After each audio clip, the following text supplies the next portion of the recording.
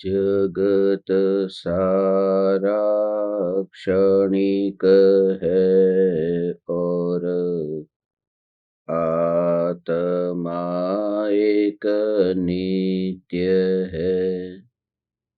आत्मा का अनुभव बस एकमात्र नित्य है। कहा न राज को कर नमन, करो महान यह काज। आप्त ज्ञान की प्राप्ति है, मंगलमय सुख साज। मंगलमय सुख साज।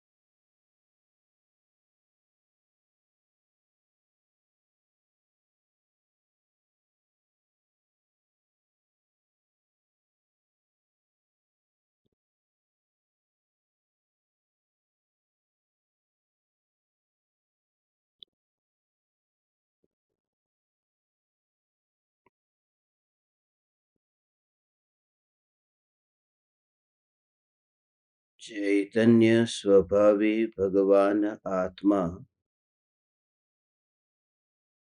स्वयं ही चैतन्य समयसार है।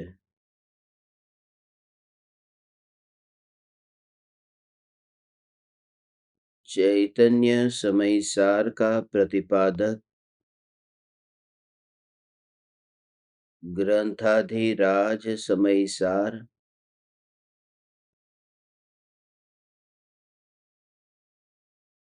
पुण्य एवं पाप दोनों को बंधन का कारण सिद्ध करके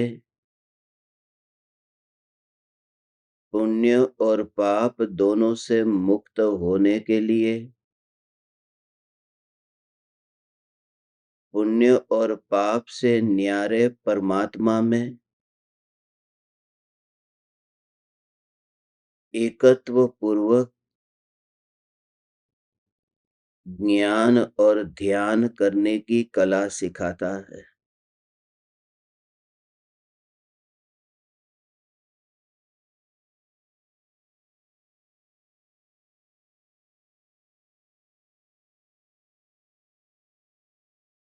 क्योंकि बंधन का स्वरूप समझाकर वहीं पर ही बात को पूर्ण कर दिया जाए तो बंधन को जानने से भी लाभ क्या है। जैसे कोई पुरुष कारागृह में बंद है और जंजीरों से, हथकड़ियों से, बेड़ियों से बंधा हुआ है। वह बेहोश है, उसे इतना भी पता नहीं है कि वह कारागृह में बंधा है, मगर उसे बोध देकर यदि जगाया जाए कि तू बंधन में है, तो बंधन को जान करके भी उस कैदी को लाभ क्या है, जब तक उसे यह ज्ञान न हो कि इस बंधन से कैसे छूटा जा सकता है। मैं त्रिकाल चैतन्य समयसार पुण्य और पाप से कभी नहीं बंधने वाला, सदा ही सत्ता स्वरूप हूँ।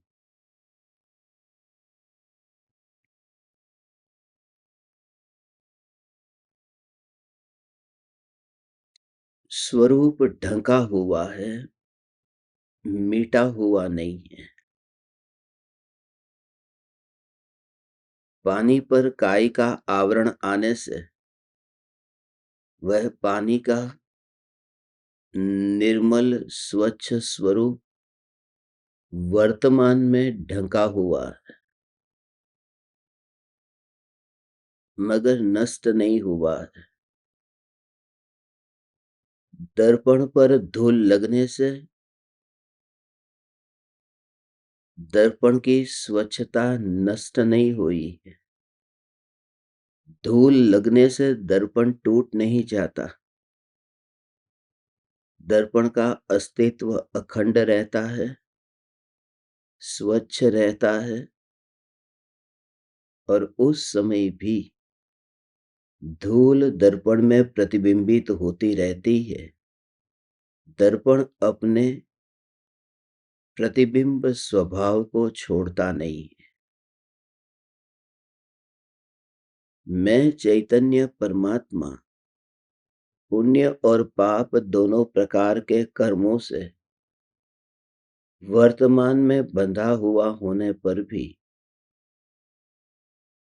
मैं अखंड हूँ, क्योंकि पुण्य और पाप ने मुझे बैर बिखेर नहीं कर दिया।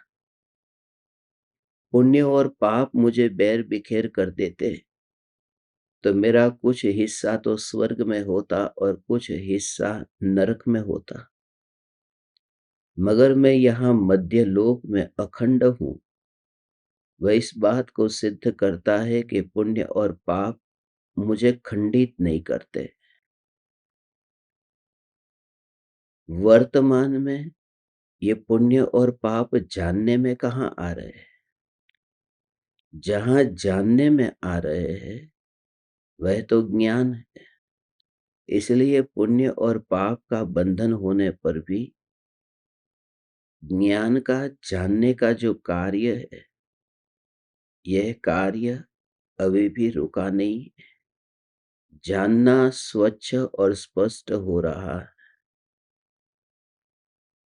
इसलिए इस स्वभाव का आश्रय लेकर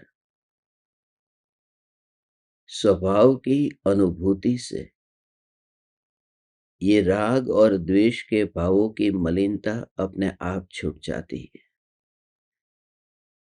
जैसे कोयले की स्पर्शना से राख खिरती जाती है, जैसे दर्पण की स्पर्शना से धूल खिरती जाती है, जैसे पानी को छूने जाओ तो काई एक और रह जाती है और पानी में ही व्यक्ति का हाथ जाता है। तो यदि पुरुषार्थ करे तो बाहर से भीतर आना नहीं है, भीतर में रहते हुए ही भीतर की निर्मलता को अनुभव करना है। तो ये बाहर में जितनी भी परिणामों में विकृति है, उन विकृतियों से किसी भी प्रकार से प्रभावित हुए बिना उनकी शिकायत से भी मुक्त हुआ जा सकता है। कोई प्रार्थना नहीं करनी है कि सूर्य की रोशनी मेरे पास में क्यों नहीं पहुंच रही। कोई हाथ में तावीज नहीं बांधना है, किसी देवी देवता की भक्ति पूजा नहीं करना है कि सूर्य की रोशनी मेरे पास में क्यों नहीं पहुंच रही। सूर्य तो सदा प्रकट है, सिर्फ मैंने ही अपने घर के दरवाजे को बंद रखा है। सूर्य को लाना नहीं है, सूर्य की किरणों को, सूर्य के प्रकाश को मेरे पास में पहुंचाना नहीं है। सिर्फ मैं ये दरवाजे खोल दूं तो सूर्य का प्रकाश मेरे पास अपने आप पहुंच जाएगा। और उस बंद दरवाजे का नाम ही मिथ्या दर्शन है, मिथ्या ज्ञान है, मिथ्या चारित्र है। ये समय सार का पुण्य पाप अधिकार है और आज पुण्य पाप अधिकार की अंतिम गाथा है। यहाँ पर पुण्य और पाप का अंत होने वाला। पुण्य और पाप का अंत अनंत के आश्रय से होता है। किसी भी प्रकार के पर पदार्थ पर किसी भी प्रकार का दोषारोपण किए बिना उस जगह पर पहुंच जाना जहां पर स्वभाव सदा ही व्यक्त है। मैं पृथ्वी पर खड़ा हूं और मैं हाथ जोड़कर के परमात्मा से प्रार्थना करता हूं कि मुझे सूर्य का प्रकाश प्राप्त हो, मगर मेरे हाथ जोड़ने से सूर्य का प्रकाश आएगा नहीं। अंधेरी रात हो तो सूर्य का प्रकाश कैसे पहुंचेगा?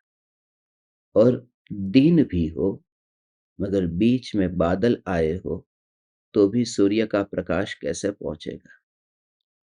मुझे किसी को हाथ जोड़ करके आशीर्वाद लेने की जरूरत नहीं है। मुझे ये बादलों को चीर करके बादलों के भी पार जाना है। पुरुषार्थ इसमें है कि बादलों को पार करके मैं बादलों के पीछे चला जाऊं तो सूर्य का प्रकाश अपने आप मिलेगा। ये इसलिए क्योंकि झूठी मान्यता से, गृहीत मिथ्यात्व से यह ज्ञान की अनुभूति कदापि नहीं हो सकती। गृहीत मिथ्यात्व का पोषण करो, रागी देवी देवताओं की भक्ति करो, उनमें ये मानो कि इनकी भक्ति करने से धर्म हो जाएगा। राग में धर्म की कल्पना करो तो कैसे इस पृथ्वी से छूटेंगे? इस पृथ्वी का अर्थ है ये देह की पृथ्वी। पृथ्वी से थोड़े ऊपर उठ करके बादलों को पार करके सूर्य के पास में पहुंचते ही अनुभव होगा कि यहाँ कोई पृथ्वी नहीं है और कोई बादल नहीं है, सीधा सूर्य से साक्षात संपर्क हो गया। ये बात ऐसी है कि देह के अनंत परमाणुओं का अब किसी प्रकार से विरोध किए बिना, क्योंकि देह और देह के संयोग का विरोध ये पुण्य और पाप का अस्वीकार बताता है।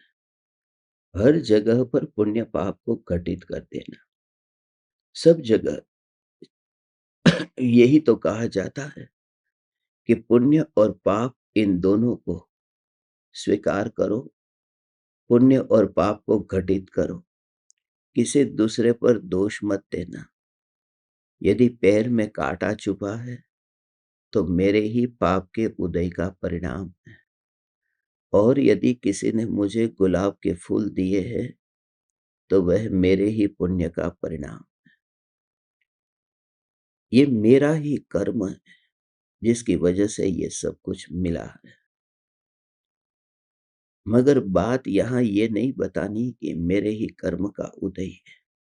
जब पैर में कांटा चुभे तब उस ज्ञान के अनुभव पर पूरा जोर देना है कि ज्ञान की अनुभूति में कांटे की अनुभूति होती ही नहीं है, और जिस कांटे की अनुभूति नहीं होती तो पाप का उदय तो वहां था जहां कांटा चुभा था, और ज्ञान की अनुभूति में कांटा चुभा नहीं, तो फिर ज्ञान की अनुभूति में पाप का उदय भी कहाँ होगा?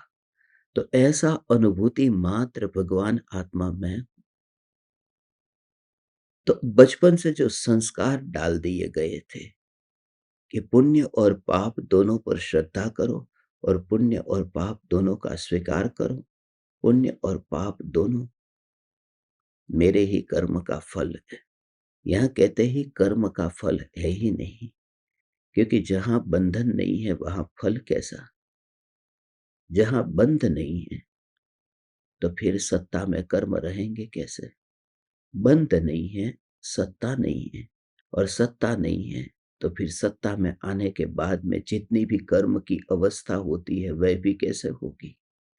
फिर वहां उत्कर्षण, अपकर्षण, संक्रमण, उपशम, क्षयोपशम, क्षय, निरति, निकाचित इत्यादि जो कर्म की अवस्था है, ये अवस्थाएँ भी ज्ञान की अनुभूति में कैसे होगी?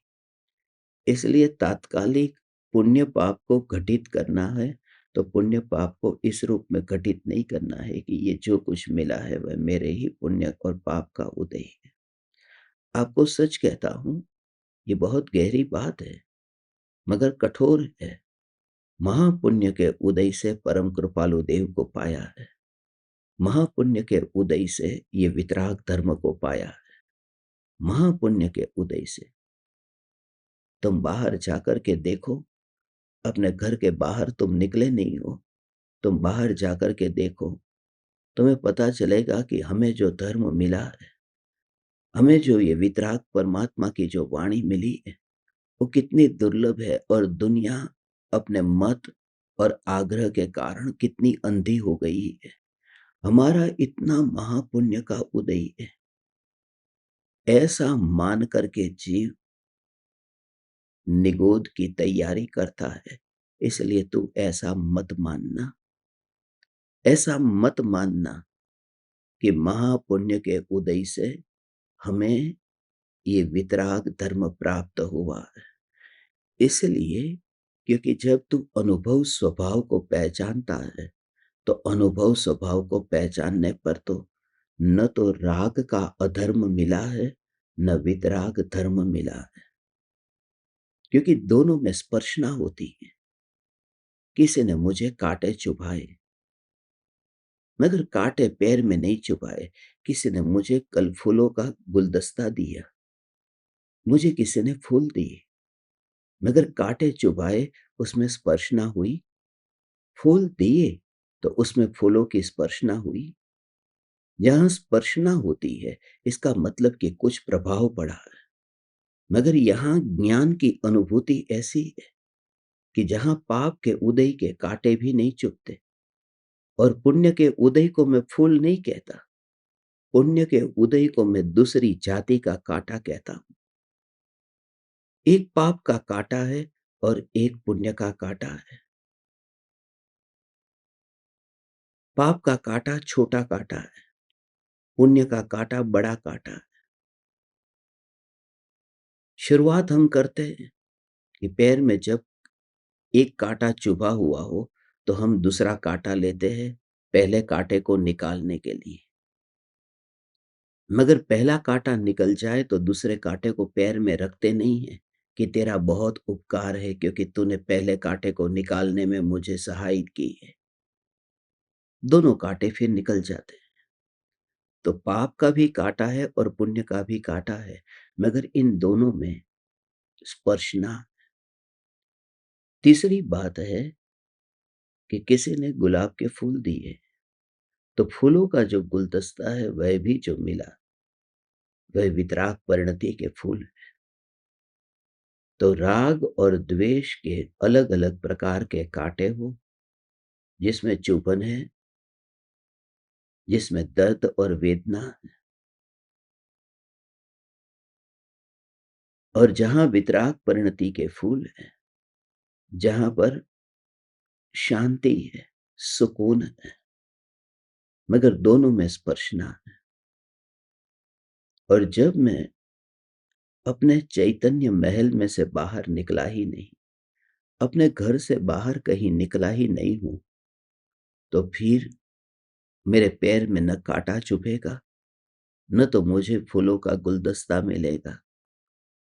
मैं जब अपने ही महल में रह करके मुर्दा नहीं हूं, महल में रह करके मैं सांस तो ले रहा हूं, मैं जिंदा हूं, खाली महल के बाहर निकला नहीं, यहां तो सांसें ले रहा हूं। ये बात इसलिए कहता हूं कि ये जो ज्ञान स्वरूप चैतन्य परमात्मा है, यहाँ जानना जानना जानना, ये सांसें तो चल रही है। सांस माने मेरा जीवन, जैसे शरीर का जीवन सांस है, ऐसे ही जानना मेरा जीवन है।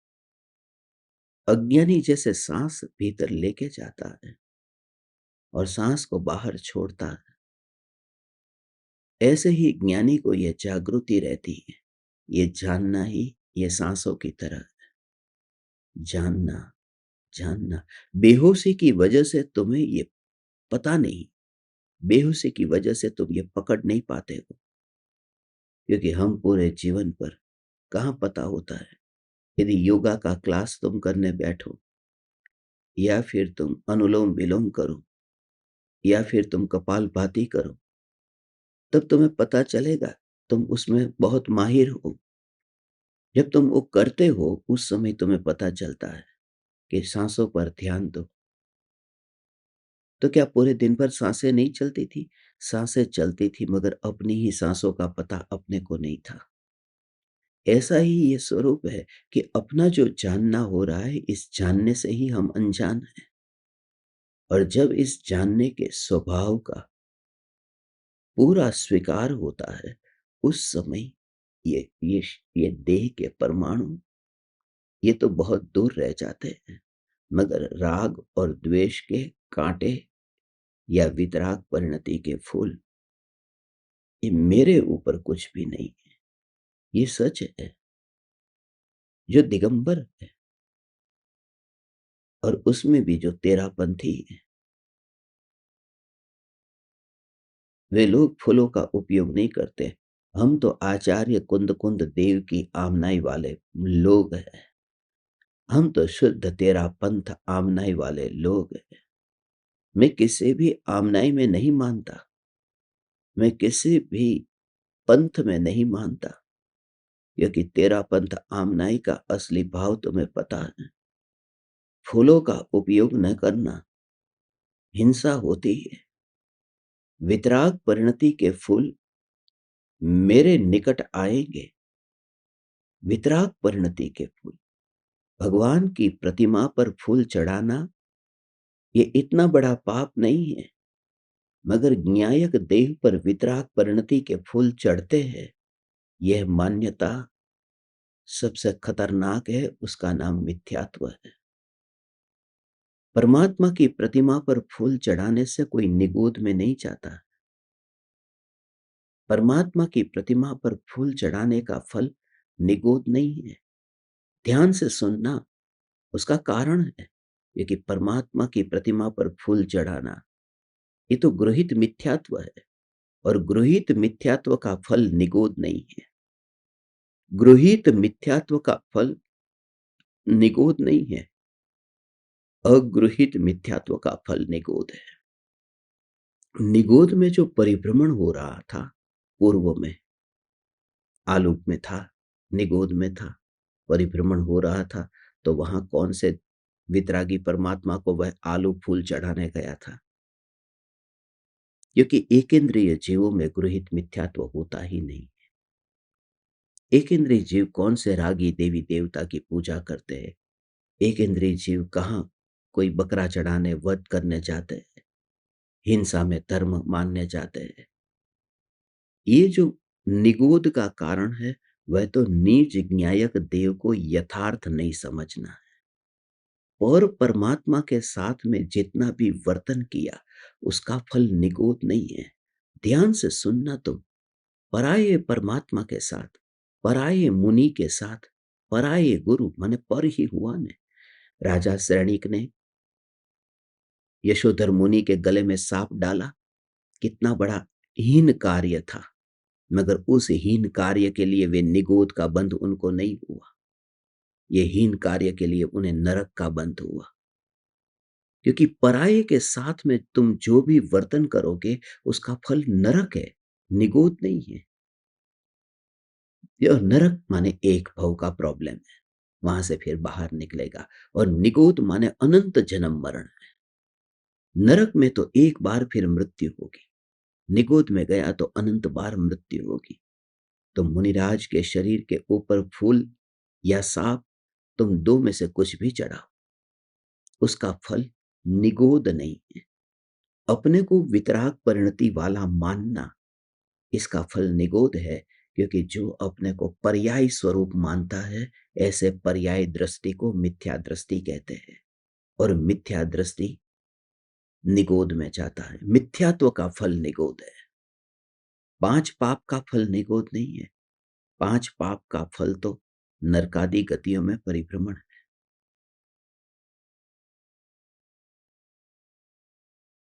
इसलिए हम दूसरे को नीचा बताने के लिए, दूसरे को हीन और अपने को ऊंचा बताने के लिए, दूसरे की लकीर को छोटा और अपनी लकीर को बड़ा बनाने के लिए हम ये कहते हैं, आज एक गृहीत मिथ्या दृष्टि हिंसा कर रहा है, बकरे को काट रहा है, वध कर रहा है, वह फिर कोई भी हो, उसमें वो कोई भेदभाव नहीं है। कहीं भी मुस्लिम संप्रदाय हो या हिंदू हो, कोई अल्लाह के लिए या फिर कोई काली के लिए बकरा तो चढ़ाते हैं। वो कौन किसके लिए करता है ऐसा मत समझना। कोई भी हो, वह जो हिंसा कर रहा है, उस हिंसा करने वाले व्यक्ति को देख करके पहला तुम्हें ये भटकेगा, न जाने कौन सी गाली निकलती, ये भटकेगा, नालायक है, हरामी है, ये नरक में जाके ये भटकेगा। और कितना भटकेगा, अनंत काल तक ये भटकेगा। देख उसकी हिंसा, उसका पाप तो देख, ये अनंत काल तक भटकेगा। तब वो तुम्हारे जाने के बाद में पलट जाए तो उस भव में सम्यक दर्शन पा जाए। तुम्हें पता नहीं है उसकी जिंदगी यदि पलट जाए, या फिर तुम्हें पता नहीं, मानो वो नरक में भी जाएगा तो नरक से निकल करके फिर मनुष्य होकर के फिर वो चला जाए, फिर उसका हित हो जाए। माने हम दूसरे को जो ये पापी है ये कह करके खुद को बड़ा बताना चाहते हैं। ये बड़ा पाप है, उसका पाप इतना बड़ा पाप नहीं है। ये कि उसका पाप है वो चारित्र संबंधी है, और मेरा पाप है वो दृष्टि संबंधी है। दृष्टि संबंधी पाप का फल निगोद है, और चारित्र संबंधी पाप का फल नरकादि तिर्यंच आदि गति है। ये जो पुण्य पाप अधिकार में पर्याय में दोष होने पर भी अपनी शुद्ध सहज सत्ता को स्वीकार करना, और कोई भी निर्मल परिणाम होगा, वह निर्मल परिणाम बस वह मेरे पास में नहीं आए। ये जागृति, यह स्वरूप की जागृति, यह स्वरूप की जागृति, यह चैतन्य की जागृति। हे चैतन्य परमात्मा, इस प्रकार से तुम अनुभव करो, ये अनुभव करो। ओ हो, ये जो ज्ञाय ज्ञाय ज्ञाय ज्ञाय ज्ञाय ज्ञाय ज्ञाय ज्ञाय ज्ञाय ज्ञाय, ये पुण्य और पाप के दोनों ही बस रास्ते पर चलती हुई गाड़ियां है। वो मेरे घर के अंदर, मेरे महल के अंदर नहीं आएगी, महल के अंदर नहीं आएगी। और आपको एक बात बता दूं कि ये महल के बाहर जो दीवार है ना, ये महल के बाहर की दीवार, और यहाँ पर ये महल के बाहर की दीवार है, और इस दीवार के ऊपर वहां कांच की दीवार है। इस कांच की दीवार पर वहां जो गाड़ियां आती जाती है वो यहाँ प्रतिबिंबित होती है। गाड़ियां प्रतिबिंबित हुई, ये यहाँ पर प्रतिबिंबित हुई, ये गाड़ी यहाँ प्रतिबिंबित हुई, प्रतिबिंबित हुई। तो प्रतिबिंब बाहर की साइड में पड़ा ना, अंदर प्रतिबिंब नहीं पड़ता महल के भीतर। तो जो पुण्य और पाप का प्रतिबिंब पड़ता है वह भी ज्ञान की पर्याय में पड़ता है। अंदर जो ध्रुव घन सत्ता स्वरूप चैतन्य है उसमें तो प्रतिबिंब भी नहीं पड़ता।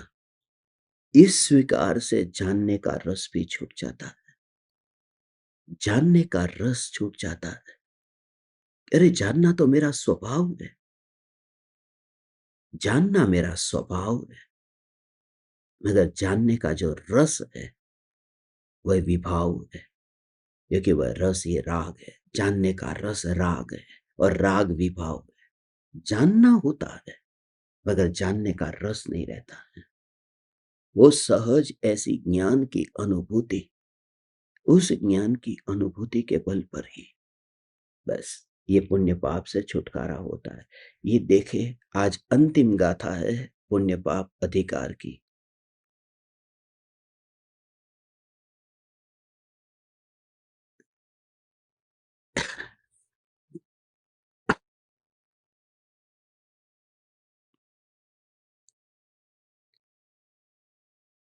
श्रद्धा और ज्ञान की चर्चा की थी। आज ये चारित्र की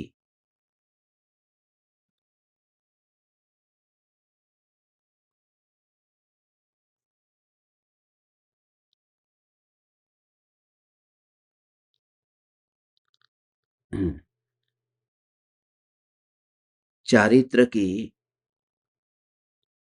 प्रतिबंधक कषाय है, ऐसा जिनवरों ने कहा है। उसके उदय से जीव अचारित्रवान होता है, ऐसा जानना चाहिए। तीनों में जो प्रतिबंधक कह कर के तीनों का कारण बताया कि मिथ्यात्व, अज्ञान और अचारित्र आत्मा के सम्यक दर्शन, सम्यक ज्ञान और सम्यक चारित्र का घात करने वाले हैं। यहाँ जो कषाय है, मुख्य रूप से इस कषाय का अर्थ अनंतानुबंधी कषाय है। ये मुख्य रूप से ये कषाय जो है, क्योंकि यहाँ मिथ्या दर्शन, मिथ्या ज्ञान और मिथ्या चारित्र का प्रकरण चल रहा है। अचारित्रवान होता है, और अचारित्रवान का मतलब ये नहीं कि अणुव्रत और महाव्रत। अचारित्रवान होता है, इसका अर्थ है राग और द्वेष या कषाय रूप होता है।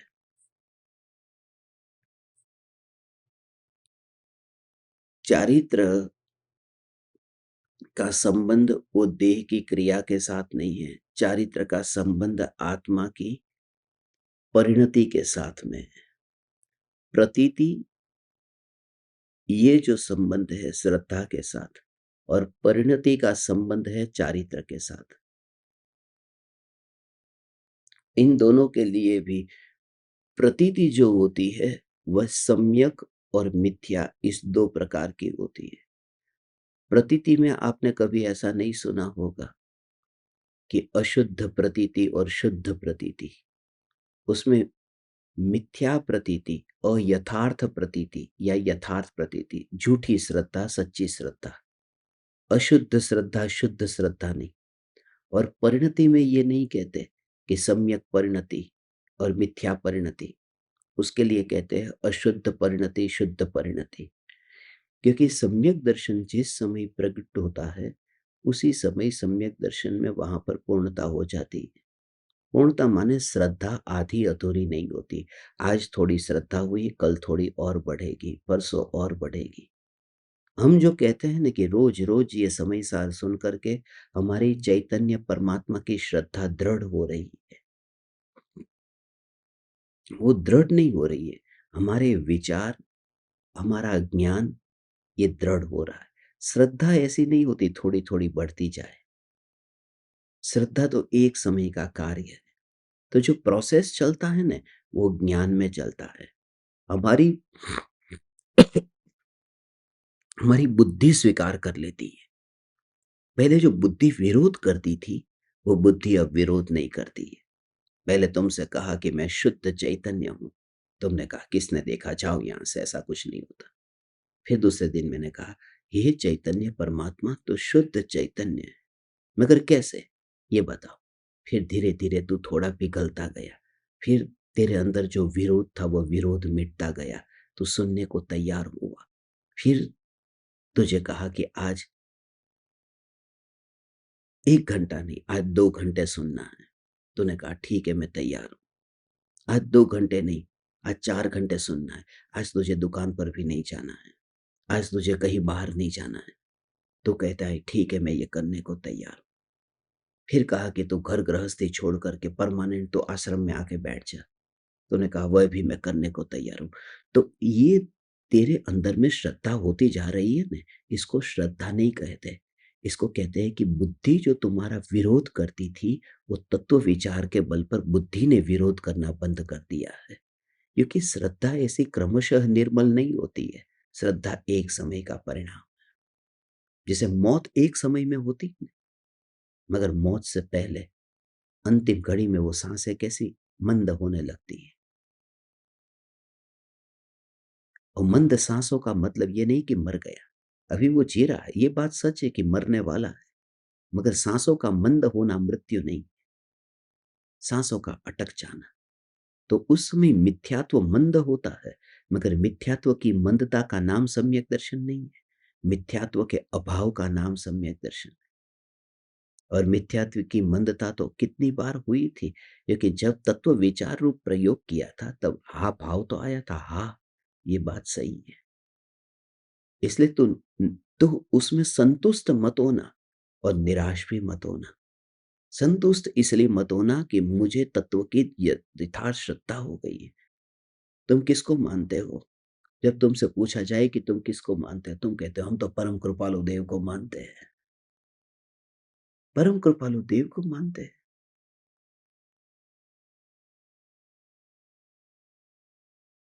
परम कृपालु देव को मानते हैं तो परम कृपालु देव की मानना चाहिए, मगर परम कृपालु देव की बात मानते कहाँ? इसलिए तो ये बार-बार कहना पड़ रहा है। ये पुण्य पाप अधिकार में, पूरे अधिकार में एक ही तो बात बार-बार बता रहे हैं। पुण्य पाप से न्यारा मैं चैतन्य हूँ। पुण्य पाप ने सिर्फ आवरण किया है, स्वरूप को नष्ट नहीं किया है। पुण्य पाप क्षणिक है, मैं नित्य हूँ। ये बार-बार ये बात क्यों कहते हैं? और कब तक कहते रहेंगे? ये बात ऐसी है कि एक बाप अपने बेटे को कहता है कि मुझे पानी का गिलास दे, और बेटा खड़ा है। फिर उस बाप ने दूसरी बार बोला कि पानी का गिलास दे, फिर भी बेटा खड़ा है। अब मैं आपसे पूछता हूँ कि उस बाप को कितनी बार बोलना चाहिए बेटे को कि पानी का गिलास दे? तब तक बोलना चाहिए जब तक पानी का गिलास नहीं देता। तो ये इसलिए कहते हैं कि जब तक तुम नहीं मानोगे तब तक हम तुम्हें समझाते रहेंगे। इसलिए हे ज्ञान दीपक, मैं भी जितना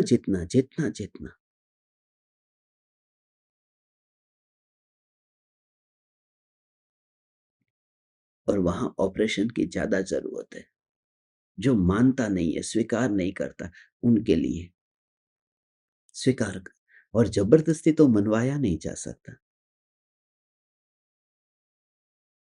जबरदस्ती थोड़ी किसी को कहते हैं, मार करके किसी को मुसलमान नहीं बनाया जा सकता। किसी को मार करके मुसलमान नहीं बनाया जा सकता। तो यहाँ मार करके वितरागी कैसे बनाएंगे कि तुझे मारेंगे पीटेंगे वरना वितरागी हो जा? ये तो सहज मार्ग है। इसलिए आचार्य कुन देव ने ये अंतिम गाथा में जो चारित्र बात कही, वो आत्मा के राग और द्वेष के भाव से मुक्त वितराग परिणति की बात है।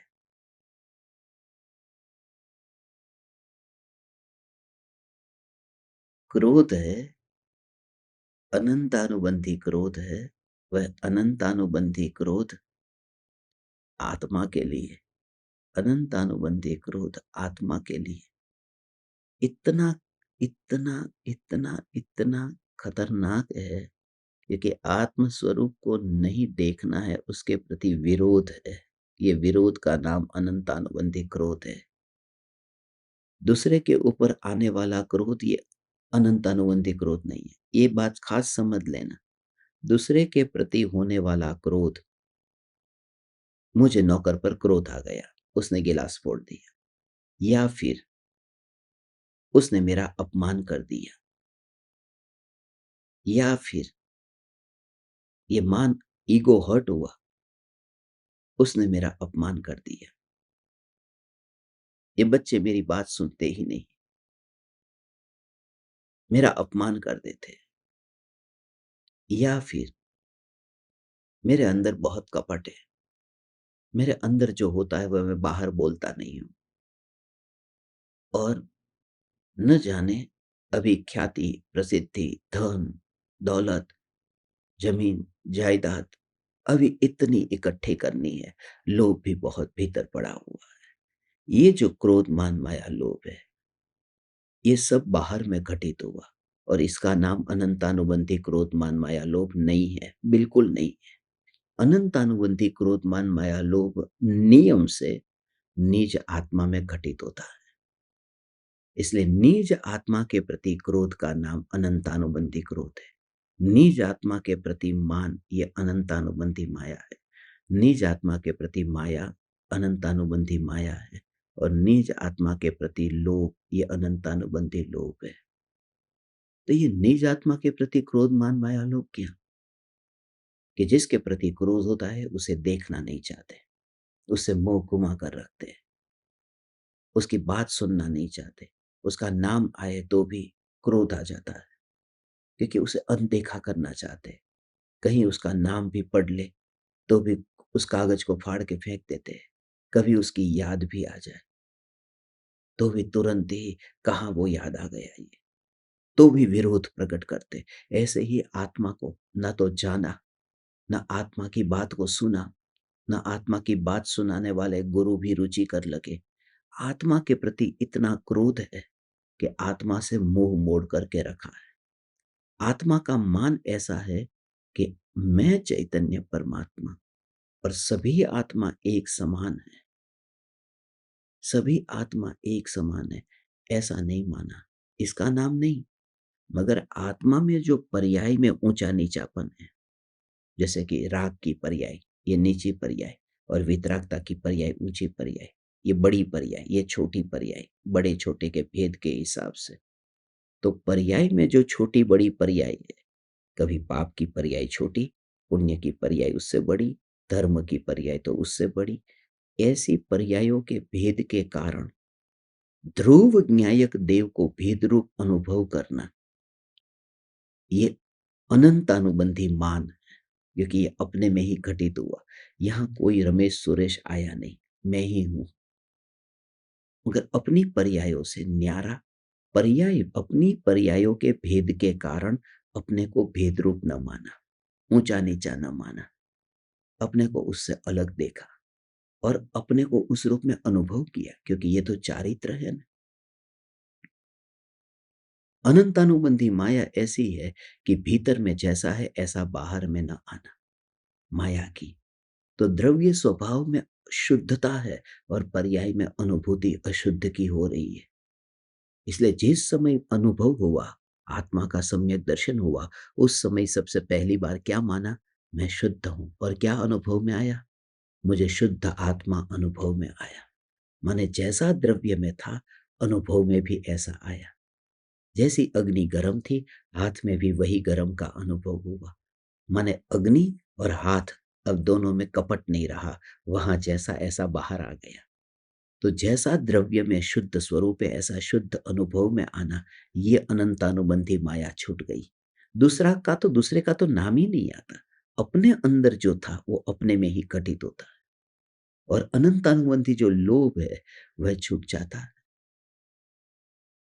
क्योंकि लोभ का भाव जो है वो अपने को खाली, गिलास खाली देखा तो पानी भरने का भाव आया।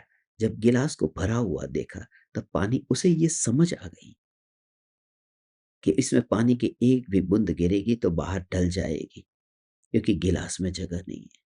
तो मैं आत्मा जब यहां से जाऊंगा तो ये धन संपत्ति गाड़ी मोटर बंगला में लेकर के क्यों नहीं जाता? ये कितना कमजोर है आत्मा। बलवान तो उसे कहते हैं जो यहां से लेकर के जाए। मगर मैं कमजोर नहीं हूं, मैं कमजोर नहीं, क्योंकि मेरे अंदर इतना वैभव भरा पड़ा है। मगर वो दृष्टिकोण ऐसा है। जब मैं यहां आ रहा था, कुछ ज्ञान दीपक मुझे खाना दे रहे थे, मगर खाना लाने के लिए मैंने कहा मेरे पास में जगह नहीं है, क्योंकि बैग में शास्त्र भरे हैं। अब शास्त्र को निकाल दो, 7 किलो वजन है, तो शास्त्र निकाल दो तो तुम्हारा खाना लाओ। अब पहले से ही शास्त्र भरे हैं तो तुम्हारा खाना अंदर डालू कहाँ? जगह तो होनी चाहिए ना मेरे पास। और वहां तो एक्स्ट्रा वजन का पैसा देकर के भी तुम लेकर जा सकते हो। यहाँ तो वह भी सुविधा नहीं। मेरे अंदर ज्ञान इतना भरा है, तो यहाँ का भोग, यहाँ का भोजन अगले भोग में मेरे साथ में कैसे आएगा? ये इंद्रिय विषय के भोग, ज्ञान ही ज्ञान भरा हुआ है। इसलिए मेरे अंदर जगह नहीं थी, इसलिए अगले भव में लेकर के नहीं जाता। मेरे अंदर जगह नहीं है, इसलिए पिछले भव का मैं यहाँ कुछ लेकर के नहीं आया। इसलिए लोग भले ये कहते हैं खाली हाथ आए हैं और खाली हाथ जाएँगे। मैं ये नहीं कहता, मैं तो ये कहता हूँ कि बिना हाथ का आया था और बिना हाथ का जाऊँगा।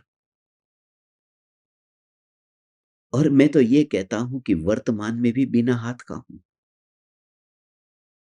ऐसा नहीं है कि बिना हाथ का आया था, बिना हाथ का जाऊँगा और ये 20, 25, 50, 100 बरस के लिए ये हाथ वाला हो गया। बिना हाथ का आया था और बिना हाथ का जाऊँगा और वर्तमान में भी बिना हाथ का हूँ। इसलिए ये मान्यता छोड़ देनी चाहिए कि ये जो जगत चल रहा है, उस जगत के चलने में कहीं न कहीं मेरा हाथ है, क्योंकि मेरा तो हाथ ही नहीं है। कहते हैं ना कि ये काम हुआ, इसमें किसका हाथ है? किसका हाथ है? जब हाथ ही नहीं होता तो किसका हाथ, ये बात कहाँ आई?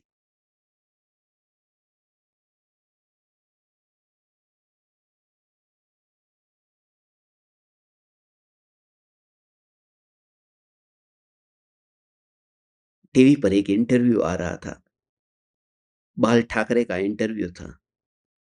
रजत शर्मा इंटरव्यू ले रहे थे।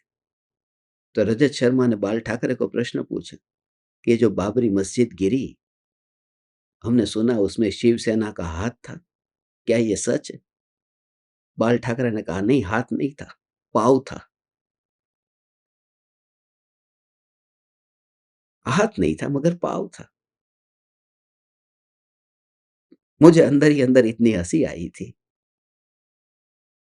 मैंने सोचा सचमुच मेरे पास में यदि हाथ भी नहीं है, तो पाँव भी कहाँ है? इसलिए किसी को गिराने में न मेरा हाथ है, न मेरा पाँव है। जब मेरे अंदर ही कोई जगह नहीं है। ज्ञान, ज्ञान, ज्ञान, ज्ञान, ज्ञान, ज्ञान, ज्ञान, ज्ञान, ज्ञान ही ज्ञान भरा है और इस वजह से आनंद आता है। आनंद, आनंद, आनंद ज्ञान भरा है। ये आनंद है। उससे बाहर में जाओ तो उससे और उत्कृष्ट क्या हो सकता है? मुझे तो यही, यदि तुम भोजन दो और वो 2 रोटी मैं यहाँ पर आकर के खाऊँ, वह 2 रोटी आकर के खाओ जो 4 घंटे के बाद में टॉयलेट में जाएगी। मगर वह शास्त्र जो मैं लेकर के आया और कोई पढ़ेगा और वो पढ़ कर के अंतर में अपना करके शिला पर जाएगा। कौन-सा कार्य उत्तम है? इसलिए जिस दृष्टि से मैं सोचता हूँ, 4 दिन भूखा रहने से कोई मर नहीं जाता। मगर ये वाणी कुछ ऐसे जीवों के पास में पहुँचे, कुछ ऐसे जीवों के पास में पहुँचे, हे चैतन्य परमात्मा, बस ये ज्ञान यदि बाहर में गए हो, तो इससे उत्तम और कुछ नहीं हो सकता। भीतर से बाहर निकले ने, तो इससे उत्तम कुछ नहीं हो सकता क्योंकि यही एकमात्र उपाय है भीतर जाने का। कोई रोटी खा कर के आत्मा में लीन नहीं हुआ, मगर चैतन्य तत्व का स्वरूप देशना सुन करके, दिव्य ध्वनि सुन करके आत्मा में लीन हुए और यही विधि है। इसलिए बस यह जागृति, हे हे हे ज्ञान दीपक, प्रति समय ये स्वरूप की जागृति, चारित्र अब बाहर में घटित करना नहीं, पराये में घटित करना नहीं। चारित्र आत्मा का है और आत्मा में घटित होता है। तुम्हें कभी ऐसा लगता है जैसे तुमने उपवास किया और किसी ने उपवास किया और एक दाना एक दाना खा लिया तो तुम्हारा उपवास टूट गया ना? ये उपवास रहा कहाँ? एक दाना खा लिया कि मैंने तो थोड़ा खाया है। हमने नियम लिया है ना कि भोजन करने से पहले चैतन्य बोलेंगे, चैतन्य। तो मैं उमराला में जाता हूँ ना, तो बा अक्सर भूल जाते हैं। ऐसे ही कोर मुँह में डाल दिया न, कोर मुँह में डाला और डालने के बाद चैतन्य, बोला ऐसे नहीं चलता। ऐसे चलता है क्या? वो कोर मुँह में डालने से पहले चैतन्य बोलना, ये नियम टूट गया आपका। जीभ को छू गया है और फिर चैतन्य, ऐसे थोड़ी चैतन्य चलता है, ये नियम टूट गया। यदि तुम्हारी प्रतिज्ञा है, अरे मैंने तो एक कोर अभी अंदर कहाँ उतारा है, मगर यहाँ छू गया न चैतन्य, ऐसे नहीं होता। ऐसे ही उपवास कोई करता है, एक दाना खा ले, तो तुम ये तो मान लेते हो कि ये नियम टूट गया, ये नियम टूट गया। तो कभी तुम्हें ऐसा लगता है कि मैं चारित्र को प्राप्त करना चाहता हूँ और थोड़ा क्रोध आ गया, तो आज मेरा ये नियम टूट गया, मेरी प्रतिज्ञा टूट गई। कभी थोड़ा सामयिक लेके बैठा था और थोड़ा गुस्सा आया तो सामयिक टूटा, ऐसा लगता ही कहाँ। बच्चे कोलाहल मचा रहे और अंदर से विरोध हुआ, हम सामयिक लेकर बैठे हैं।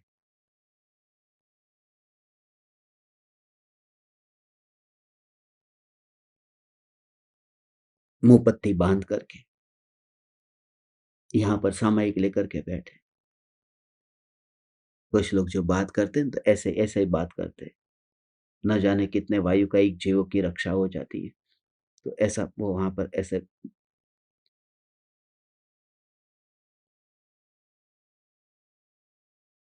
अब बच्चे ने वहां पर कोलाहल मचा रहे तो गुस्सा आ गया कि ये बच्चे देखो शांति से मुझे सामयिक नहीं करने देते हैं। तो क्रोध आया न, वो सामयिक भंग हो गया। सामयिक ऐसे नहीं टूटता, सामयिक टूटा है ये क्रोध के भाव से। वो बच्चे ने कोलाहल मचाया उस वजह से नहीं, और तुमने जान भी लिया उस वजह से भी नहीं, ये विरोध किया। मन में न जाने तुमने क्या क्या बोल दिया, मगर पता नहीं चलता है, मुंह पत्ती होती है ना, तो दिखाई नहीं देता है चेहरा कि अंदर क्या हो रहा है। मैं उपाश्रय में महासती जी को, साध्वी जी को, साधु संतों को वो पढ़ाने जाता न, तो बहुत ऐसा होता। दोपहर के टाइम पे पढ़ाने जाता, तो पूरा चेहरा दिखता नहीं। अब वो भोजन करने के बाद में उनको बासी आती, तो बासी का पता ही नहीं चलता क्योंकि मुँह पत्ती पहनी हो, तो पता ही नहीं चलता। बोला कम से कम इसने इतना तो काम किया है कि तुम्हारा प्रमाद है ना, उस प्रमाद को ढक दिया है, मगर मिटाया नहीं है। मुँह पत्ती प्रमाद को ढक देती, फूल फोड़े को ढक देता, मगर मिटाने के लिए मरहम चाहिए, और आचार्य कुन-कुन देव ने हमें ये मरहम दिया। तो पिछले इतने दिनों से हमारी जो चैतन्य, चैतन्य, चैतन्य, चैतन्य, चैतन्य की चर्चा, और ये 19 गाथाएँ, जो पुण्य और पाप अधिकार की 19 गाथाएँ, जिस पर हमारी चर्चा हुई। कल से आश्रव अधिकार प्रारंभ होगा।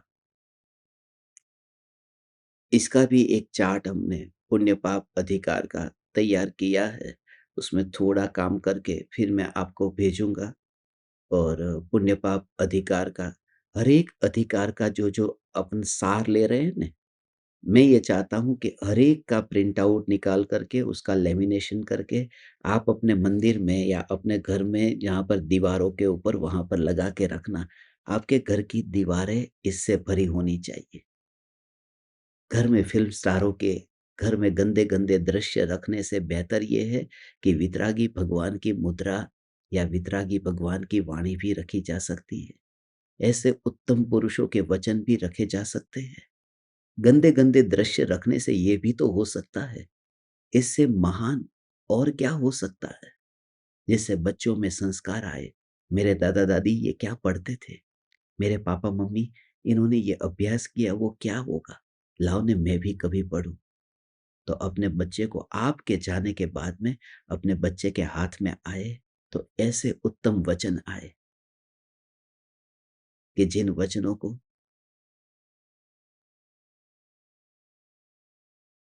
बच्चे भी आत्मसात करें। देखो, ये अंत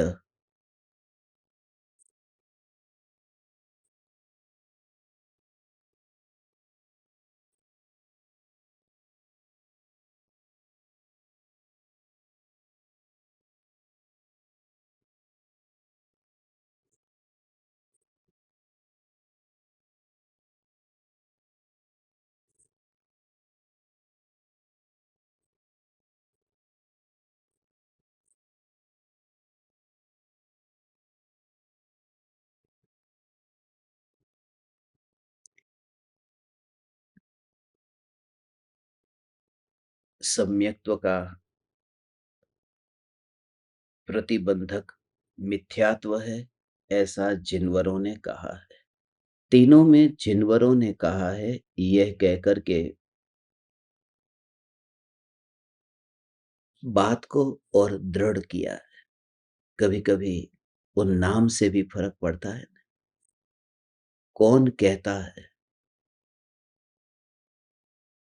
क्योंकि हमारी मान्यता ऐसी है। यदि ये जो टीवी में एडवर्टाइज़ आती है, गुटखा की एडवर्टाइज़ आती है या फिर शराब की भी एडवर्टाइज़ आती है। अब कोई साधारण व्यक्ति ये कहे कि जो इतना प्रसिद्ध नहीं है, तो लोग उस पर इतनी श्रद्धा नहीं करेंगे। मगर ये उनकी मेंटालिटी को जानते हैं, कि ये मेंटालिटी को जानते हैं कि ये कैसे आकर्षित होंगे। इसलिए बड़े-बड़े फ़िल्म स्टारों को या क्रिकेटरों को उनको उसमें सिलेक्ट करते हैं, कि कौन बोलता है, उससे फ़र्क पड़ता है। क्योंकि हम प्रभावित होते हैं ना उससे, हमारी मान्यता ऐसी है, हमारी अंदर की वृत्तियाँ जो पड़ी है उस वजह से। अब एक कार है, उस कार की एडवर्टाइज़ है, उसके पास में एक लड़की खड़ी है, लड़की का और कार का कोई संबंध ही नहीं है। अब थम्स अप है, एक लड़की थम्स अप लेकर के खड़ी है, तो उसका कोई संबंध ही नहीं है। मगर ये लोग बहुत ही होशियार लोग होते हैं।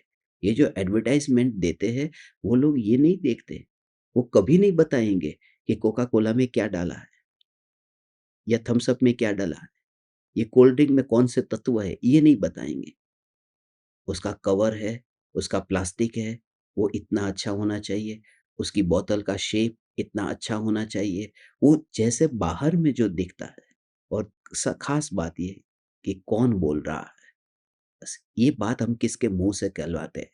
तो इसलिए कहा कि ये वितरागी भगवान ने, जिनेंद्र भगवान ने कहा है, ये हमारी बात नहीं है। ये कहते हैं ना, ये सुप्रीम कोर्ट का ऑर्डर आ गया है, इसमें अब कुछ चेंज नहीं हो सकता। माने मुनिराज भी ये नहीं कहते कि मैं तुमसे कहता हूँ इसलिए मेरी बात को मानना। बस ये बात जिनवरों ने कही है, इसलिए ये बात तुम अपने अनुभव प्रमाण से स्वीकार करना। आज अभी अपन ज़्यादा नहीं बैठेंगे, क्योंकि मुझे आपको अभी आपकी कसौटी करनी है सभी ज्ञान दीपकों के लिए। आज मैं बहुत आनंदित हूँ। मेरे जीवन का जो सपना था, अफ्रीका में आकर के अफ्रीका के सभी देशों में आत्मसिद्धि की स्थापना हो, जो अंतिम देश था वह भी कल सफल समापन पूर्वक पूर्ण हुआ और यहाँ पर भी आत्मसिद्धि शास्त्र की स्थापना हुई। तो अफ्रीका के 54 देशों में, जिसका बहुत लंबे काल से इंतज़ार था, ये देश ऐसा देश था कि यहाँ आना होगा या नहीं होगा, मगर आ गए। और तुम्हारे पास भी जल्दी-जल्दी वापस भी आऊँगा, अभी बहुत सत्संग करने बाकी है। इसलिए बहुत आनंद में हूँ, इसलिए आपको एक एक्स्ट्रा डोज़ देने का मन कर रहा है कि दीपक कनेक्शंस ध्यान प्रयोग, उसमें तुम ही फँसोगे, चिंता मत कर। जितना मैं आनंद में रहूँगा, उतना तुम जाल में आओगे। तो 10:42 पर भारत के टाइम से अभी सुबह अपना दीपक कनेक्शंस ध्यान प्रयोग 10:42 को लेना पड़ेगा, क्योंकि फिर मुझे आज कहीं और भी जाना है और फिर शाम को टाइम मिलेगा या नहीं मिलेगा पता नहीं है। तो अभी अपन सुबह ही 10:42 पर लगातार अभी सत्संग करेंगे और तब तक मैं भी तैयारी कर लेता हूँ। आप समस्त ज्ञान दीपकों को प्रणाम। चैतन्य समय सार, चैतन्य समय सार, चैतन्य समय सार।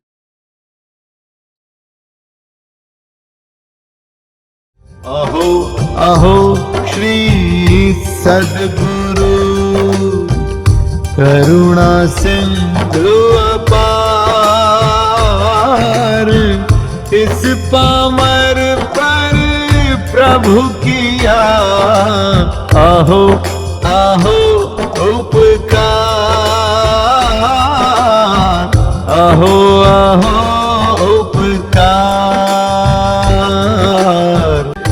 देह सहित जिनकी दशा, वरते देहातीत, उन ज्ञानी के चरण में हो वंदन अगणित, हो वंदन अगणित, हो वंदन अगणित, हो वंदन अगणित।